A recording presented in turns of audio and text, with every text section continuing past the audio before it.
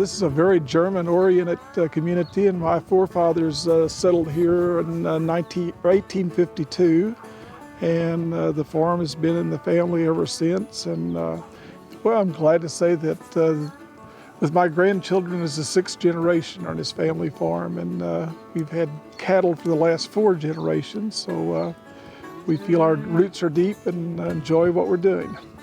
I've got 2 sons, and Brian, the oldest, works here every day with me on the farm, and also runs a Genix semen business.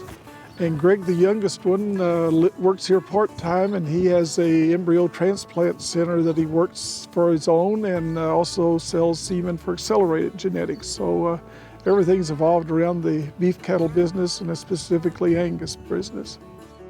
There were many times now that I kind of wish that I would have tried to make them a doctor or a lawyer, but they're very ingrained in the livestock industry themselves now, and it's a good industry, and it was great.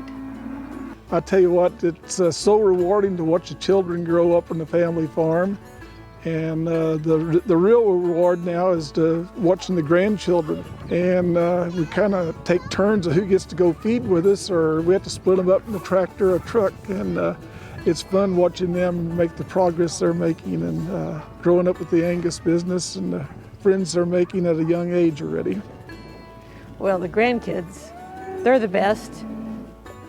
And I don't know why I had to have children before I had grandkids, because we really, really enjoy grandkids. And maybe it's because they don't live here all the time, but they are here a lot. And we enjoy them, and of course we want the same thing for them that our kids had.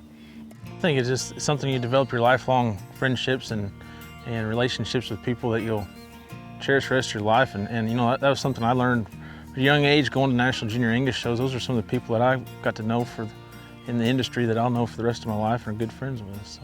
Things that the youth learn from being involved in agriculture, whether it's raising cattle or raising some other livestock, you know, they're a more well-rounded person, and it's exciting to be able to pass that on to our son and teach him the things that we learned and share our experiences with him and say, you know, we did this when we were your age, and, you know, pass that legacy on.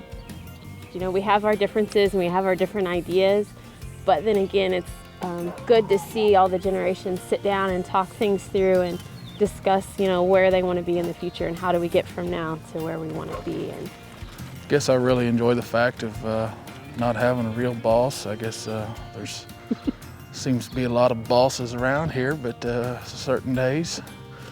Are you the boss? Always. But just being able to get out in the morning, and it's kind of a treat to get to look at cows every day, and some days all day, and a lot of people would be envious of that. And it's also very important to us that, you know, we could make sure that our children are brought up on a farm, you know, with firsthand knowledge of it, since it seems to be so removed from so many generations now. Oh, I truly enjoy it, and it's great to work with them, seeing them grow up, making decisions on the farm. Eileen and I've kind of trying to turn it over to them gradually, and they're making more and more of the day-to-day operations. They do a lot of all the AI breeding, and we all have an input on the breeding that we do per cow, but we're got common goals, and we're trying to produce the herd so that for them down the road and for their children likewise to keep carrying on the tradition here at the family farm.